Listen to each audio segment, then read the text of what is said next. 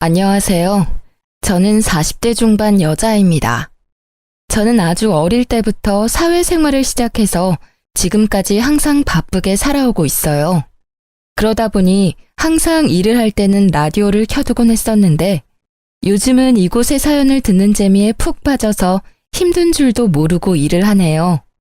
여러 가지 이야기를 듣다 보니 저도 얼마 전에 겪었던 일을 한번 여러분께 털어놓고 싶은 마음이 들었답니다. 그러려면 거의 20년 가까이 묻어두고 다시는 들춰보지 않으리라 다짐했던 이야기까지 여러분께 들려드려야 할 것 같네요. 한번 시작해 볼게요. 저는 3년 전부터 요양보호사로 일을 하고 있는데요. 최근에 다른 요양병원으로 추천을 받아서 옮기게 되었답니다. 정말 힘들지만 또 한편으론 보람도 있고 저의 노후를 생각해 볼 수 있어서 감사하는 마음으로 열심히 하려고 생각을 했죠. 일을 끝내고 퇴근을 하려고 병원 복도를 지나는데 휠체어를 탄 아저씨가 저를 뚫어지게 보며 제 쪽으로 점점 다가오더라고요. 무슨 일이 있나 싶어 도와드리려고 저도 다가갔는데 아저씨의 얼굴을 본 순간 자리에서 얼어붙고 말았답니다. 바로 제 전남편이었기 때문이에요. 정말 당신이 맞네. 하나님이 내 기도를 들어주셨나? 꼭 한 번은 당신을 만나고 싶다고 매일 기도를 했어. 전 남편은 무슨 이상가족 상봉이라도 하는 듯이 활짝 웃으며 제 쪽으로 팔을 뻗는 게 아니겠어요. 저는 너무 어이가 없어서 남편을 피해 뒷걸음질을 쳤죠. 사람 잘못 보신 것 같네요. 저는 얼른 이 자리를 피하고 싶어서 빠른 걸음으로 입구 쪽으로 걸어갔어요. 그때 전 남편이 저를 쫓아오려고 휠체어를 빨리 움직이다 그만 앞으로 고꾸라지고 말았죠. 주변에 사람이 아무도 없어서 결국 제가 가서 남편을 휠체어에 가 다시 앉혀야만 했어요. 당신 맞잖아. 여긴 어떻게 온 거야? 혹시 나 보려고 온 거야? 여보, 제발 내 얘기 좀 잠깐만 들어줘. 내가 다 잘못했어, 제발. 헤어진 게 10년은 훌쩍 넘었는데 여보라는 소리가 잘도 나오네. 역시 뻔뻔한 건 여전해. 할 말도 들을 말도 없으니까 저리 꺼져. 그렇게 전 남편을 두고 집으로 돌아와 한시름 놓을 수 있었지만 머릿속에서 내내 그 초췌하고 비참한 전 남편의 모습이 계속 생각이 나더라고요. 더불어서 그동안 전 남편 때문에 지옥같이 살았던 제 과거의 비참한 모습도 다시 떠올라 버렸죠. 이번 자리를 통해 다 털어놓고 이제 제발 모두 잊고 살고 싶은 마음이에요. 전 남편과의 악연이 시작된 건 20대 후반쯤이었어요. 저는 고등학교에 들어가자마자 단둘이 살던 아버지가 돌아가셔서 친척 집을 전전하며 학업을 마쳐야만 했어요. 그때 서러워서 흘린 눈물을 합친다면 한강도 모자랄 거예요. 저는 돈을 벌어야겠다는 생각으로 고등학교 졸업하자마자 대기업의 생산직으로 들어가서 일을 하기 시작했죠. 3교대를 해서 밤낮이 바뀌고 몸이 너무 힘들었지만 그만큼 점점 늘어나는 월급을 보며 하루하루 버틸 수 있었답니다. 그렇게 8년 가까이 일을 하니 어느새 선임이 돼서 한결 여유로워지더라고요. 어느 날 같이 일하는 친한 언니가 말을 하더라고요. 내가 매주 롤러스케이트 동호회 나가는데 같이 가볼래? 넌 맨날 일만 하고 사니? 바람 좀 쐬고 남자도 좀 만나고 그래야지. 얼굴도 이쁜 게. 내 처지에 무슨 남자야. 난 열심히 돈 모아서 내 힘으로 아파트 살 때까지 남자 안 만날 거야. 그러지 말고 이번에 한강 가서 탈 건데 같이 가자. 너 한강도 한 번도 안 가봤지? 저는 그렇게 언니 손에 이끌려 처음으로 동호회를 가봤네요. 신입이라 그런지 많은 회원들이 저한테 관심을 가져서 좀 부끄러웠는데 그 중에서도 눈에 띄게 잘생긴 남자 한 분이 보이더라고요. 역시나 여러 명의 여자들에게 둘러싸여 있어서 인기가 참 많은가 보다 했죠. 그런데 어느새 그 남자가 제 옆으로 다가와서는 롤러스케이트가 서툰 저를 가르쳐주고 알려주더라고요. 그렇게 대화를 나누게 되었고 매주 동호회에 갈 때마다 그분과 둘이 산책을 하며 롤러스케이트를 타는 날들이 이어졌죠. 저희는 그렇게 동호회 내에서 공식 커플이 되었고 2년의 시간을 연인으로 지냈답니다. 저는 처음 하는 연애여서 그런지 모든 게 새롭기만 했고 남자친구에게 그야말로 푹 빠져서 지냈던 것 같아요. 어느 날 남자친구가 저에게 반지를 불쑥 내밀더라고요. 우리 결혼하자. 난 일찍 결혼해서 너 닮은 딸 낳고 안정적으로 살고 싶어. 자기, 내 사정 잘 알면서 그래? 자기는 서울에 있는 대학교도 나왔고 지금 회사도 꽤 좋은 곳이잖아. 자기 가족이 나를 받아들이겠어? 나도 너랑 크게 다르지 않아. 홀어머니와 둘이 살고 있고 아직 회사 다닌 지 얼마 안 돼서 너보다 월급도 훨씬 적잖아. 네가 어디가 어때서? 자기 말 들어보면 어머님이 자기에 대한 기대가 크신 것 같은데 부모님도 없는 내가 마음에 드실 리가 없잖아. 난 반대하는 결혼 하고 싶지 않아. 우리 그냥 이대로 만나기만 해. 무슨 소리야. 난 너랑 연애만 하려고 만나는 거 아니야. 진지하게 만나고 있고 나도 많이 생각해서 결혼하자는 거야. 넌 나만 믿고 따라오면 돼. 저는 결혼을 원하지 않았지만 남자친구가 강하게 밀어붙여서 점점 남자친구와의 미래를 꿈꾸게 되고 행복한 가정을 꾸리고 싶다는 마음이 생기더라고요. 외로운 제 삶에 가족이 생기는 거니까 허락만 된다면 꼭 이루고 싶었죠. 그렇게 남자친구만을 믿고 시무와 처음으로 만나게 되었어요. 주말에 식당에서 만나게 되었는데 저를 보고는 아주 늘씬하고 예쁘다며 마음에 드신 듯한 모습이었어요. 그래서 좀 기대를 했었는데 곧 제 집안 사정과 직업을 들으시고는 얼굴이 구겨지시더라고요. 사실 내가 우리 아들 결혼은 생각해보지도 않아서 좀 당황스럽네. 오늘은 그냥 교제하는 친구 만나서 밥 한번 먹는 걸로 하고 결혼 얘기는 좀 천천히 하자. 아참, 내가 이 근처에서 약속이 있어서 금방 일어나야 될 것 같네. 시모는 만난 지 30분도 안 돼서 밥도 제대로 먹지 않고 나가버리더라고요. 엄마가 좀 마당발이시거든. 그래서 약속이 많으셔. 네가 이해해. 다음에 정식으로 인사드리자. 저는 본능적으로 시모가 저를 마음에 들어하지 않는다는 걸 느낄 수 있었어요. 아니나 다를까 다음날 모르는 번호로 전화가 오더라고요. 나 영준이 엄마인데 지금 당장 어제 만났던 그 식당 옆에 커피숍으로 튀어와. 대뜸 전화해서 거칠게 명령하는 식으로 말을 하길래 너무 당황스러웠지만 일단 나갈 수밖에 없었죠.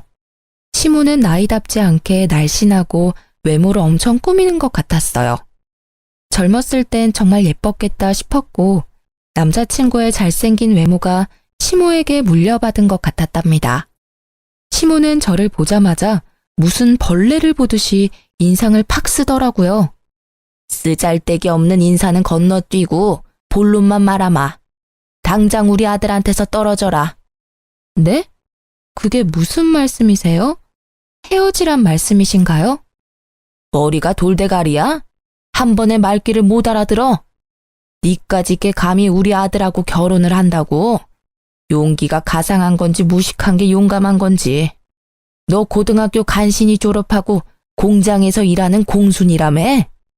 네, 제가 집안 사정이 좋지 않아서 일찍 돈을 벌었어야 해서요. 하지만 저 지금 연봉도 높고 관리직으로 승진도 했어요. 그런다고 공순이가 뭐 전문직이라도 돼? 영원한 공순이지. 가정 형편이야. 나도 우리 아들 혼자 키웠으니까 크게 상관 안 하려고 했어. 그래도 너무 키우는 거 아니니? 우리 아들 그 잘난 외모에 학벌에 직업에 뭐가 모자라서 너까지 거랑 결혼을 시켜야 돼? 우리 아들한테 줄 서는 애들이 한둘이 아닌데 네가 뭔데? 저 혼자 열심히 살아왔고 이런 말 들을 만큼 잘못한 것도 없고요. 저도 이 결혼 안 하겠습니다. 이만 가볼게요. 저는 악소리를 질러대는 시모를 뒤로하고 냉정하게 나와버렸어요. 혼자 사는 게 속 편하지 처음부터 이렇게 반대하는 결혼을 뭐하러 하겠어요. 그리곤 그 후로 남자친구의 연락도 받지 않고 남자친구가 찾아올까봐 공장 기숙사에서 잠시 지내기도 했죠. 그러자 남자친구는 같이 동호회에 나가는 언니의 도움을 받아서 저한테 계속 연락을 하고 기숙사로 몰래 들어오기까지 했답니다. 제가 무수하게 헤어지자고 밀어냈지만 남자친구는 제가 사는 집에 들어와서 같이 살기까지 했고 저도 사랑하는 사람을 더 이상 밀어낼 힘이 없었죠. 거기다가 남자친구가 밀어붙여서 얼떨결에 혼인신고까지 하러 가게 되었어요. 혼인신고를 했다는 걸 알게 된 시모가 저희 둘을 집으로 부르더라고요. 철없는 10대도 아니고 어떻게 혼인신고를 덜컥 할 수가 있어? 네가 제정신이니? 엄마가 그렇게 말도 안 되는 반대를 하는데 어떡해? 나는 이 사람이랑 같이 살 거니까 엄마가 양보해. 아유, 내가 너 때문에 환장한다. 어쩜 그렇게 다혈질이 네 아버지를 빼닮았니? 그래, 혼인신고까지 했다니 어쩌겠니? 대신 결혼식은 나중에 하고 일단 너는 이 집에 들어와서 살아라. 이 집에요? 셋이 살기엔 너무 좁은데 불편하지 않으시겠어요? 내가 불편할 게 뭐 있어? 네가 들어와서 하는 거 봐서 결혼식을 하든 나가서 둘이 살던 하게 할 거니까 들어와서 한번 지내봐. 네, 알겠어요. 제가 어머님께 잘할게요. 지켜봐 주세요. 저는 제가 남편에 비해 많이 기운다는 걸 잘 알고 있으니 시집살이를 해서라도 시모에게 인정을 받고 한 가족이 되고 싶은 마음이 컸어요. 그래서 바보처럼 그 좁은 집으로 들어가서 함께 살게 되었죠. 저는 3교대로 일을 해서 밤새 일을 하고 아침에 들어오는 달도 있었지만 힘든 내색하지 않고 매일 아침마다 따뜻한 밥과 국을 새로 해서 아침상을 차렸어요. 지금 생각하면 참 바보 같고 쓸데없는 짓이었지만 그때 당시에는 그렇게 매일 밥을 해서 남편을 먹이는 것도 행복했고 매일 하면 언젠간 시모도 저를 인정해 줄 거라는 희망이 있었던 것 같아요. 혼자 살다 보니 사실 요리를 잘하는 편은 아니었지만 시모가 가정교육도 못 받았다는 말을 하지 않도록 주변 언니들한테 물어보고 배워서 매일 다른 반찬을 만들려고 노력했었죠. 남편도 처음엔 감동하고 고마워하더니 시간이 지날수록 아침상을 받는 걸 당연하게 생각하는 것 같았어요. 나중엔 반찬이 허술하다고 저를 타박하기도 했었으니까요. 그뿐만 아니라 청소며 빨래며 모두 제 차지였고 퇴근하고 집안일까지 하면 매일 자정을 넘겨서야 쉴 수 있었어요. 시모는 비교적 젊었지만 아무런 일을 하지 않았는데 뭐가 그리 바쁜지 매일 약속 있다고 나가더라고요. 제가 들어오기 전까지는 어떻게 집안일을 한 건지 단 한 번도 도와주지도 않았죠. 혼자 살 때는 일만 하고 나머지 시간은 혼자 쉬면서 저만의 일상을 보냈는데 결혼을 하고 나니 제가 모든 집안일을 떠맡아서 너무 힘들고 피곤했어요. 하지만 제가 자발적으로 시집살이를 하겠다고 기어들어왔으니 누구에게 하소연을 할 수도 없었고 제 가슴만 썩어 문드러져 가고 있었답니다. 결혼한 지 얼마 되지 않아 시모는 저한테 매달 용돈을 달라고 요구하기 시작했죠. 네가 우리 아들보다 돈도 더 잘 번다며? 말로만 하면 뭐해? 며느리가 돼서 시어미 용돈도 안 챙겨주니? 이렇게 못 배운 티를 내니? 용돈이요? 영준 씨가 매달 드린다고 하던데요? 영준이는 영준이고 너는 너지. 돈 자랑 그렇게 하더니 왜 입을 싹 닦아? 당장 오늘부터 매달 50만 원씩 보내라. 지금도 시부모님 용돈으로 50만 원씩이라고 하면 적은 돈은 아니잖아요. 10여 년 전엔 더 큰 돈이었는데 저는 어쩔 수 없이 시모에게 매달 돈을 줘야만 했어요. 그것도 남편에게는 말하지 말라고 해서 비밀로 하고 줘야만 했죠. 시모에게 돈을 주다 보니 막상 제가 쓸 돈도 모자르고 저축은 전혀 할 수가 없게 되었답니다. 저는 제가 할 수 있는 건 최선을 다해서 시모와 남편에게 해주려고 노력했어요. 정성을 들이면 언젠가는 제 진심이 통할 거라는 바보 같은 생각이었죠. 하지만 매번 돌아오는 건 천의 고아의 무식한 공순이라는 시모의 비아냥뿐이었답니다. 그렇게 열정적이었던 남편도 막상 같이 살게 되자 눈에 띄게 사랑이 식어가는 게 보일 정도로 차갑게 굴기 시작했죠. 매일 주어진 일을 해나갔지만 뭔가 잘못된 게 아닐까라는 생각으로 머릿속이 복잡해졌답니다. 어느 날 퇴근하고 집에 돌아오는데 맞은편에서 시모와 시모 지인들이 떠들썩하게 수다를 떨면서 걸어가는 게 보였죠. 저는 반가운 마음에 시모에게 종종 걸음으로 다가갔는데 저를 발견한 시모가 정색을 하더니 저를 모르는 척 쓱 지나가 버리는 거 있죠. 저는 너무 황당해서 점점 멀어지는 시모만 넋놓고 바라볼 수밖에 없었어요. 기운이 빠져서 힘없이 집에 들어오니 먼저 와 있던 시모가 저한테 물건을 막 던지며 소리를 지르는 게 아니겠어요?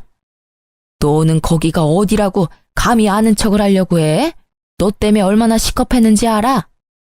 그럼 어머님 봤는데 인사 안 하고 지나쳤으면 또 한 소리 하셨을 거 아니에요. 제가 어떻게 해야 되는데요? 이것 봐라. 아주 본색이 나오시네. 너같이 급 떨어지는 애가 며느리라고 동네방네 자랑이라도 하리? 눈치를 보니 어머님 지인분들은 영준 씨가 결혼한지도 모르는 모양이네요. 결혼한 거 숨기신 거예요? 야, 결혼식도 안 했는데 무슨 혼인신고야. 니네가 멋대로 한 거고. 나중에 어떻게 될지 누가 알아? 아 참, 밖에서 나 보면 아는 척 하지 마. 쪽팔리니까. 제가 부끄럽다고 아들이 결혼했다는 것도 말하지 않다니 너무 서운하더라고요. 제가 무슨 숨겨놓은 여자도 아니고 나쁜 짓을 한 것도 아닌데 이렇게 당당하지 못하게 살아야 할 이유가 있나 싶었죠. 저녁에 남편에게 말하니 황당하게도 시모 편을 들더라고요. 결혼식을 해야 축의금도 받고 떳떳하게 밝힐 수가 있는 거지. 사실 지금이야 동거라고 봐야지. 동거? 혼인신고까지 해놓고 그렇게 무책임하게 말할 거야? 그럼 결혼식은 언제 할 건데? 차일피일 미루기만 하고 있잖아. 아, 좀 기다리라고. 나 곧 이직할 건데 회사 사람들한테 축의금 받긴 좀 그렇잖아. 이직? 그런 말 없었잖아. 멀쩡히 잘 다니던 회사를 왜 옮겨? 아, 그런 게 있어. 너한테 일일이 다 말해야 돼? 피곤하게. 말하면 뭐 알아듣기는 하고. 근데 너 옷꼬라지가 이게 뭐야? 같이 산다고 너무 막 하는 거 아니야? 완전 아줌마 다 됐네. 말 다 했어? 퇴근하자마자 청소하고 밥 차리고 설거지 해봐. 피곤해서 씻을 힘도 없어. 도와줄 생각은 안 하고 이제 내 외모 지적이야? 아니, 좀 꾸미면 예쁜 걸 알아서 그러는 거지. 아, 말 대답 좀 그만해. 피곤해 죽겠는데. 결혼 초기만 해도 밤에 둘이 공원에 나가서 롤러스케이트를 타기도 하면서 깨가 쏟아지는 시절을 보냈는데요. 다른 회사로 이직하고 나서는 아예 저에게 무관심해져서 하루에 몇 마디도 나누지 않는 지경까지 되었답니다. 뭘 물어보기만 해도 버럭 짜증부터 내니까 저도 남편에게 말 걸기가 무섭더라고요. 결혼식도 못하고 무슨 숨겨놓은 여자 취급을 하니 저도 너무 억울하고 점점 결혼 생활에 회의를 느끼게 되었죠. 그러다가 시모에게 더욱 정 떨어지는 일이 생기게 되는데요. 시모가 들었던 개모임의 계주가 돈을 들고 야반도주를 했다는 거예요. 시모는 5천만 원을 순식간에 날리게 되었다면서 밤마다 가슴을 주먹으로 치며 울고 난리를 부렸죠. 더군다나 그 중에 3천만 원은 최근에 사채업자에게 빌려서 계주에게 줬던 거라 매달 엄청난 이자를 내야 했고 시모는 당연히 갚을 능력은 전혀 없었어요. 엄마가 매일 밤 저렇게 우는 게 불쌍하지도 않아? 당신 모아둔 돈 좀 있지? 내가 차차 갚아줄 테니까 일단 급한 불부터 좀 끄자. 그거 갚으려면 나도 적금 깨야 돼. 내가 얼마나 힘들게 모은 건데. 그깟 돈보다 시어머니 건강이 우선 아니야? 아, 당장 돌아가실 것 같이 구시는데 일단 적금 좀 깨. 내가 매달 갚아줄게. 넌 내가 깡패들한테 잡혀갔으면 좋겠지? 며느리라는 게 어쩜 그렇게 야박해? 하나뿐인 시어미한테 그깟 돈 좀 못 해주니? 적금 좀 깨면 어때? 다시 부으면 되지. 끝까지 모른 체 하고 싶었지만 당장 사채업자들이 집까지 찾아와서 문을 두드리고 겁을 주니까 해결부터 해야겠다 싶더라고요. 남편은 사채업자들이 제 회사까지 찾아올 거라면서 매일 적금을 깨라고 저를 압박했고요. 사실 저는 어릴 적부터 차곡차곡 들었던 적금이 있었는데 그걸 깨서 시모의 빚을 갚아주게 되었어요. 제가 너무 속상했던 건 제가 빚을 갚아줬음에도 시모는 저에게 고맙단 말 한마디도 하지 않았다는 사실이었어요. 제가 피땀 흘려 모은 돈을 가져갔으면서도 마치 당연하다는 듯이 구는 모습에 정말 정이 확 떨어져 버리더라고요. 그동안 시모에게 인정받으려고 애썼던 순간들이 모두 부질없이 느껴졌죠. 사실 아무도 저를 잡지 않는데 저만 이 집에서 나가버리면 두 사람과의 인연은 바로 끝나버릴 수 있을 것 같더라고요. 그런 고민을 하는 와중에 저에게 소중한 생명이 찾아오게 되었답니다. 너무나 갑작스러웠지만 남편은 제가 임신했다는 걸 알고 무척 기뻐하더라고요. 예전처럼 다정한 남편의 모습으로 돌아온 듯했고 살뜰히 저를 챙겨주기 시작했어요. 그걸 보는 시모는 영 못마땅한 표정이었죠. 거기 바닥이 더러우니까 엎드려서 박박 걸레질 좀 해라. 저 물건들 좀 들어서 집 밖에다가 쌓아둬라. 어머니, 초기엔 쪼그려 앉거나 무리하면 안 된대요. 이따가 영준 씨 오면 시키세요. 그거 잠깐 드는 건데 뭐가 어렵다고 유세야? 누구네 안 낳아봤어? 그런 걸로 잘못되려면 안 낳는 게 낫지. 빨리 안 옮겨? 시모는 제가 임신 초기일 때 집안일을 더 시키고 무거운 걸 자주 들게 하면서 저를 더 괴롭히더라고요. 그땐 막연히 임신했어도 봐주지 않는다고만 생각했는데 지금 생각해보면 아기를 원하지 않아서 잘못되게 하려고 했던 것 같아 소름이 끼치네요. 저는 건강하게 아기를 낳고 싶어서 회사도 휴직했고 제 돈으로 맛있는 거 사 먹어가면서 아기를 지켜나갔어요. 그렇게 남편을 닮아 코가 오똑한 아들을 품에 안을 수 있었답니다. 아들을 낳고 품 안에 처음 안아본 날이 제 인생에서 가장 행복한 날이었어요. 그동안 시모와 남편에게 철없고 서운했던 건 모두 잊고 아기와 함께 한 가족으로 잘 살아보려고 다짐도 했었죠. 그렇게 집에서 아기를 돌보는데 빌라가 너무 좁아서 거실에서 아기와 생활하다 보면 물건들이 가득 차서 발 디딜 틈도 없더라고요. 화장실이 너무 좁아서 아기 욕조 놓고 목욕시키기도 너무 힘들었어요. 남편은 새로 이직한 회사 일로 바빠서 매일 밤 늦게 들어왔고 시모는 단 한 번도 육아를 도와주지 않았어요. 정말 매정할 정도로 아기 얼굴도 잘 쳐다보지 않더라고요. 아무리 제가 미워도 자신의 손주한테까지 이렇게 정이 없을 수가 있는지 기가 찼죠. 어머니, 저 잠깐 밥 좀 먹게 아기 좀 봐주실 수 있을까요? 혼자 잘 누워있고만 뭘 봐? 애 앞에 두고 밥에 국 말아서 후루룩 마시면 되지. 요즘 영준 씨도 매일같이 늦게 들어와서 저 혼자 하루 종일 아기를 보려니 너무 힘들어서요. 저 씻은 지도 며칠 됐어요. 잠깐만 좀 봐주세요. 네 애를 네가 봐야지 왜 나한테 봐달래? 내가 언제 손주 낳아달라든? 네가 좋아서 낳은 걸 가지고 왜 나한테 떠넘겨? 나 나가야 돼. 비켜. 아무도 도와주는 사람 없이 하루 종일 아기와 씨름하려니 정말 미쳐버리겠더라고요. 그나마 믿을 사람은 남편뿐인데 남편은 밤에 아기가 울어서 짜증이 난다면서 어느 날부턴 외박까지 일삼기 시작했죠. 주말에 저는 새벽부터 일어나서 아기를 보고 있는데 남편은 태평하게 늦잠을 자는 걸 보니 부하가 치밀어 올라 남편을 흔들어 깨웠어요. 주말엔 아기 좀 봐야지 언제까지 잘 건데 내가 얼마나 힘든 줄 알아? 나 혼자 애 만들었어. 아빠라는 인간이 어쩜 그렇게 애를 쳐다도 안 봐. 당신은 귀찮다고 외박하고 다니고 도대체 어디에 있다 오는 거야? 아, 정말 귀찮게. 일하다가 늦어지면 외박도 하는 거지. 너 지금 일 안 하잖아. 그럼 네가 애를 보는 게 맞는 거 아니야? 그래, 이렇게 나온다 이거지. 오늘 당신 일 안 하잖아. 그럼 당신이 애 보면 되겠네. 저는 남편에게 아기를 안겨버리고 지갑만 챙겨서 집을 나와버렸어요.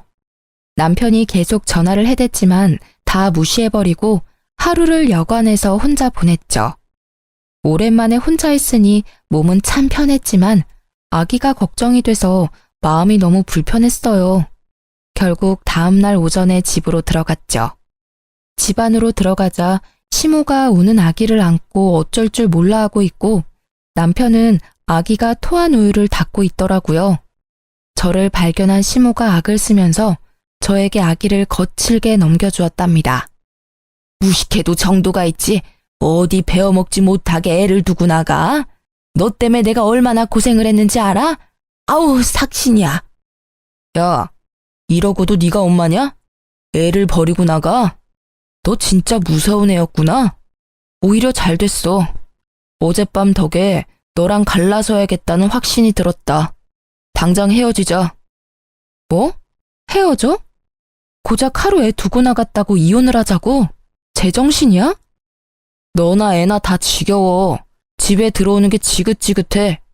애초에 너는 나랑 급이 안 맞는 애였어. 내가 뭐에 씌었었나 보다. 이제야 네가 제정신으로 돌아왔구나.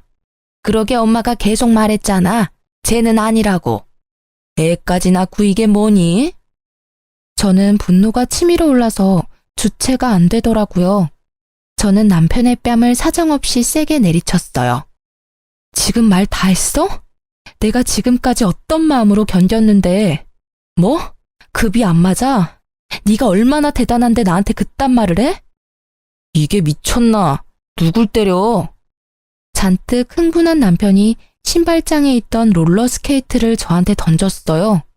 단단한 바퀴가 제 머리를 강타했고 저는 비명을 지르며 손으로 머리를 감쌌죠. 그때 손에서 축축한 느낌이 들어서 손을 보니 피가 잔뜩 묻어나왔어요. 찢어진 이마가 아픈 것보다 남편과 저를 이어주었던 롤러스케이트에 얻어맞은 제 모습에 가슴이 무너져 내리더라고요. 시모는 벌써 나가버려서 자취를 감췄고 남편은 제 피에 놀랐는지 주춤대다가 그대로 현관문을 열고 나가버렸답니다. 아기는 얼굴이 벌개져서 악을 쓰며 울고 저는 피를 철철 흘리며 남편이 나간 현관문을 뚫어지게 노려보았어요. 저는 충격과 배신감으로 한참 움직이지 못하고 있다가 아기 울음에 정신을 차려서 일단 손을 씻고 아기를 달래기 시작했죠. 이마에서는 계속 피가 흘러내리고 있었고 아기가 조용해진 뒤에야 저는 혼자서 지혈을 해서 간신히 피를 멈출 수 있었답니다. 그렇게 며칠이 지났고 시모도 남편도 집에 들어오지 않더라고요. 저는 혼자 미친 사람처럼 서럽게 울면서도 아기를 돌봐야 했고 너무 힘들어서 결국 친한 언니에게 연락을 했답니다.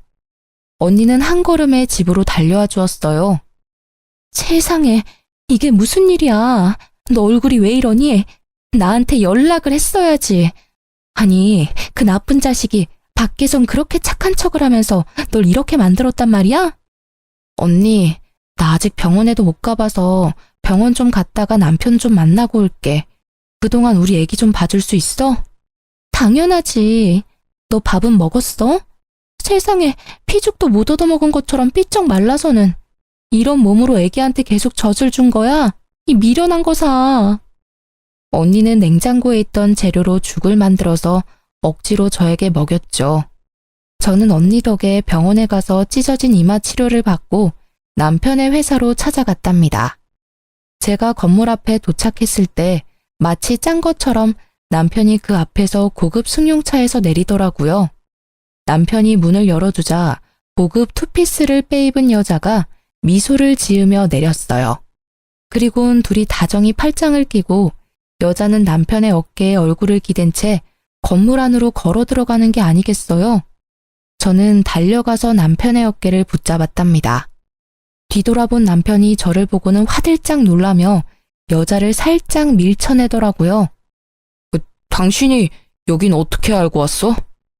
네 눈엔 내가 바보 천치로 보여? 내가 네 회사 주소도 모르고 있었을까봐. 아, 이 여자가 와이프? 얘기 듣던 대로네. 여자가 저를 머리부터 발끝까지 훑어보더니 비웃음 짓는 게 아니겠어요. 저는 분노와 수치심이 밀려와서 몸이 부들부들 떨려왔답니다. 이 여자는 뭐야? 너 바람 펴? 그래서 이혼하자는 거였어? 이 인간 말종 같은 자식아. 남의 회사 앞에서 소란 피우지 말고 진정 좀 해요. 이러니까 급 떨어진다는 소리나 듣지. 그래요.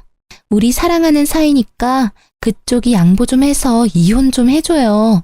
내가 위로금은 섭섭지 않게 줄 테니까. 뭐라고? 넌 뭐 얼마나 대단한데 나를 무시해?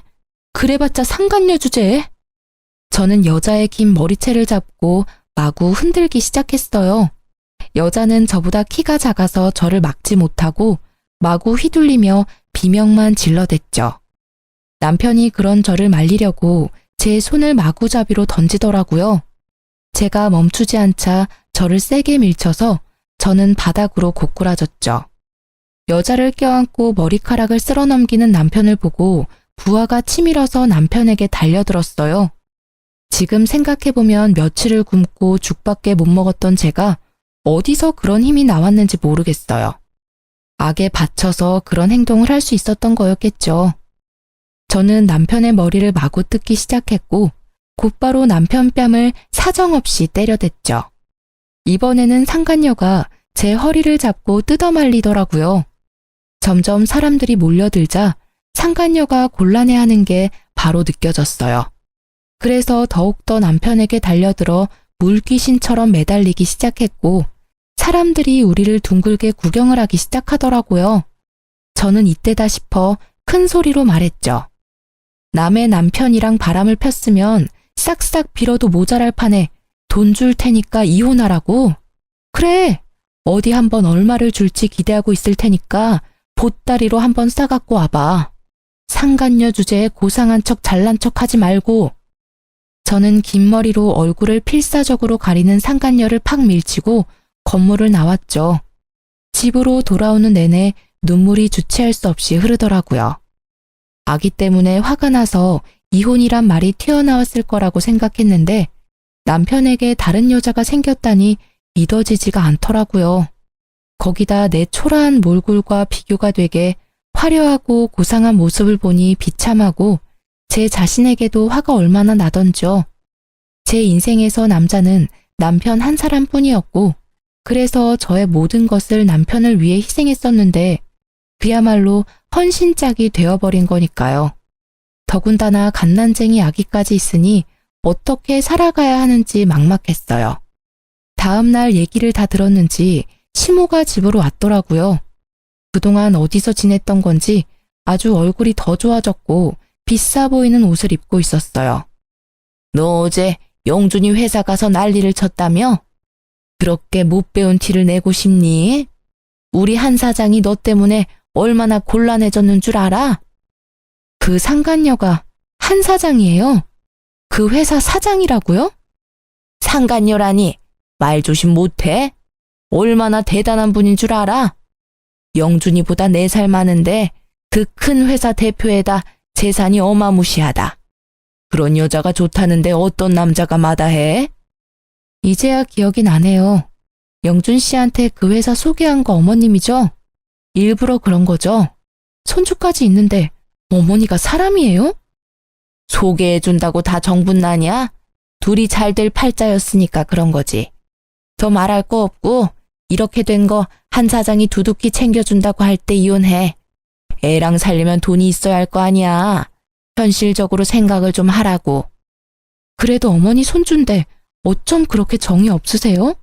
이혼하면 다신 손주 안 보실 거죠? 어차피 재혼하면 자식이야 또 생길 텐데 지금 정리 안 하면 나중에 분란만 생긴다. 네가 원해서 낳은 애니까 네가 키워라.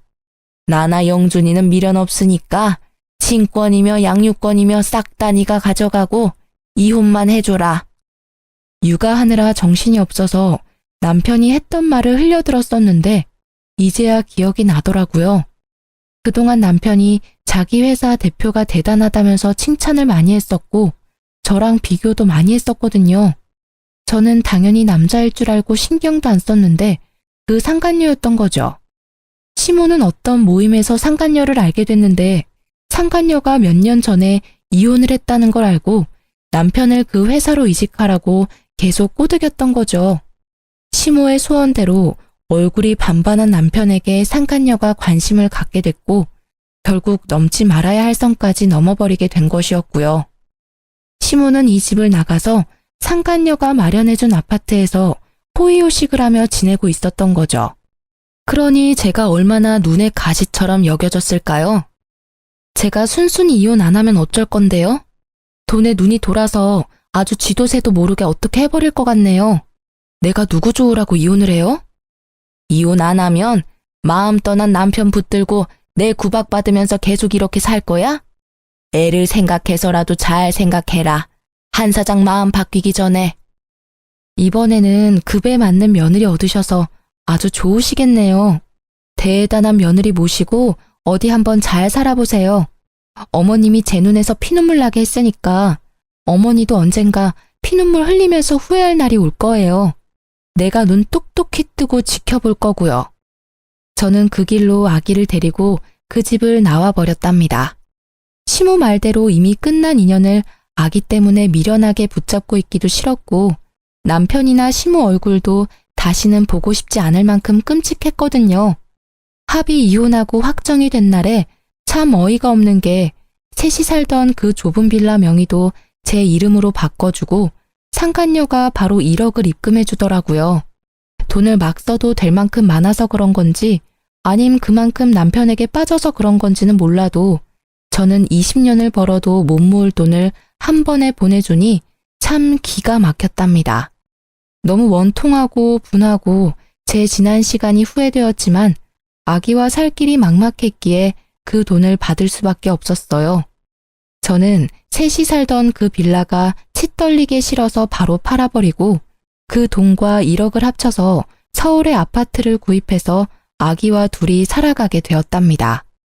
혼자의 몸으로 갓난아기를 키우며 사는 건 정말 고통스러울 정도로 힘들었죠.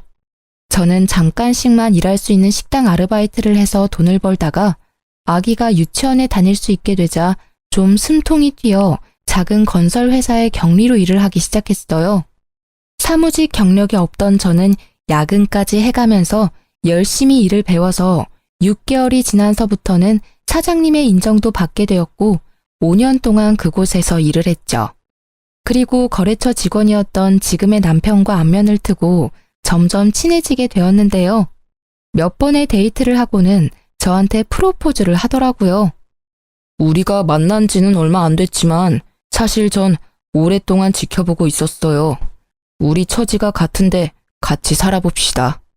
내가 원희 씨 노후 남부럽지 않게 책임질게요. 너무 이른감이 있다고 생각했지만 지금 남편은 사별을 해서 아들 한 명을 키우며 살고 있어 처지가 비슷해서 더욱 정이 갔답니다. 한 번의 아픔이 있었지만 듬직한 남편을 한 번 더 믿어보기로 하고 용기를 내서 재혼을 하게 되었죠. 지금은 두 아들과 남편과 함께 행복한 가정을 이루어 살고 있답니다. 내 가족을 만들고 싶다는 저의 바람이 드디어 이루어진 것이죠. 남편은 기술직이라 연봉이 높은 편이고 제가 예전에 사놓은 서울의 아파트의 월세만으로도 일을 안 해도 될 정도인데요. 저는 평생을 일을 해서 그런지 전업주부로 사는 게 오히려 더 힘들더라고요. 그래서 요즘 많이 한다는 요양보호사 자격증을 따서 요양병원에서 일을 하게 되었답니다.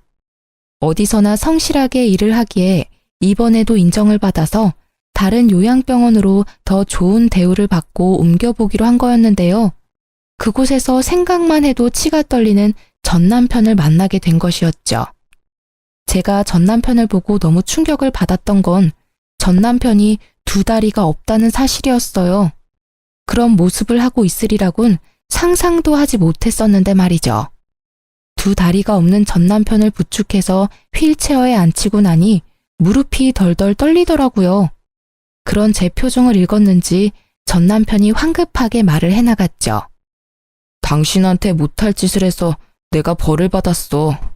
당신이랑 이혼하고 그 여자랑 바로 결혼식을 했어. 어머니 소원대로 대단하게 치렀지. 신혼여행 다녀와서 새벽에 공항에서 집으로 올 때 크게 사고를 당했어. 그때 두 다리를 잃었지. 당신이 얼마나 그리웠는지 몰라. 나랑 이혼한 순간부터 그쪽이랑 나는 남보다 못한 사이예요. 그쪽이 어떻게 되든 아무 관심이 없다고. 전 남편은 초췌한 얼굴로 눈물을 절절 흘리면서 팔을 연신 제 쪽으로 뻗어대더라고요. 저는 그 모습조차 소름이 끼쳐서 계속 한 발자씩 뒷걸음질 쳤어요. 당신도 내가 싫지? 그 여자는 많이 다치지 않았었는데 내 다리가 없단 걸 알고는 뒤도 안 보고 가버리더라고. 결혼식만 했지 혼인신고도 안 해서 가는 걸 막을 수가 없었어. 그 후로 어머니가 내 기저귀 갈아가며 간병하시느라 고생 많이 하셨는데 작년에 갑자기 뇌출혈로 돌아가셨어. 그래서 요양원으로 들어온 거야. 태어난 손주 기저귀 한 번도 안 갈아주더니 다리 잃은 아들의 대소변을 받아가며 간병했었다는 시모야말로 자업자득이라 해야 할까요? 저는 더 이상 전 남편과 마주하고 싶지 않아 서둘러 현관으로 발걸음을 옮겼어요. 전 남편이 저를 따라오면서 계속 불러대더라고요. 여보, 잠깐 기다려줘. 할 말이 있어. 제발. 우리 아들은 지금 어디 있어? 내가 매일 우리 아들 생각하며 울다 잠들어. 우리 아들 얼굴 한번 볼 수 있을까? 내 소원이야. 내가 왜 그쪽 소원을 들어줘야 돼? 그리고 당신이 나랑 아기를 버린 이후로 당신 아들은 이 세상에 없는 거야. 다시는 우리 아들이란 말 짓거리지 마. 매일 당신이랑 우리 아들만 생각하며 살았어. 언젠가 다시 만날 수만 있다면 당신에게 벌인 짓을 용서를 빌고 싶었어. 여보, 미안해. 제발 용서해줘. 다시 날 받아줄 순 없을까? 용서 좋아하네. 다리까지 잃었으면 사람이 될 만도 한데 예전이나 지금이나 어쩌면 그렇게 이기적이야? 내가 아직도 너만 바라보고 사는 등신인 줄 알아? 난 진작에 재혼해서 지금 남편이랑 행복하게 살고 있어. 넌 평생 네가 만든 지옥에 갇혀서 잘 살아봐. 저는 전 남편에게 차갑게 쏘아붙이고 병원 문을 나섰어요. 이참에 병원도 그만두고 좀 쉬어야겠다고 마음을 먹었죠. 병원 밖 주차장에서 지금의 남편과 학교를 마친 아들들이 웃으며 손을 흔들고 있더라고요. 저는 혹시나 전 남편이 볼까 무서워 병원 쪽을 뒤돌아봤는데 아니나 다를까 저를 찾으려고 전 남편이 휠체어를 끌고 밖으로 나오더라고요. 저는 승용차 쪽으로 달려가서 얼른 아들을 차에 타게 하고 급하게 차를 출발시켰답니다. 영문을 모르고 급하게 운전하는 남편과 무슨 일 있냐고 묻는 아들들의 물음에 차마 대답할 수가 없더라고요. 그렇게 헤어지고 마지막으로 전 남편을 마주쳤고 그 후론 보지 못했죠. 어릴 때부터 외로운 인생을 살았던 제가 갓난아기와 함께 버려져서 또다시 혼자 이 세상의 풍파를 겪어내야 했을 때 정말 이 세상에 대한 끈을 놓아버리고 싶었던 적이 한두 번이 아니었는데요. 그 아픔을 다 견딜 수 있었던 건 저의 하나뿐인 아들 덕이었죠. 시모와 전 남편의 처참한 말로를 보니 역시 사람이 죄를 지으면 안 된다는 걸 다시 한번 느끼게 되네요. 그리고 그동안 저의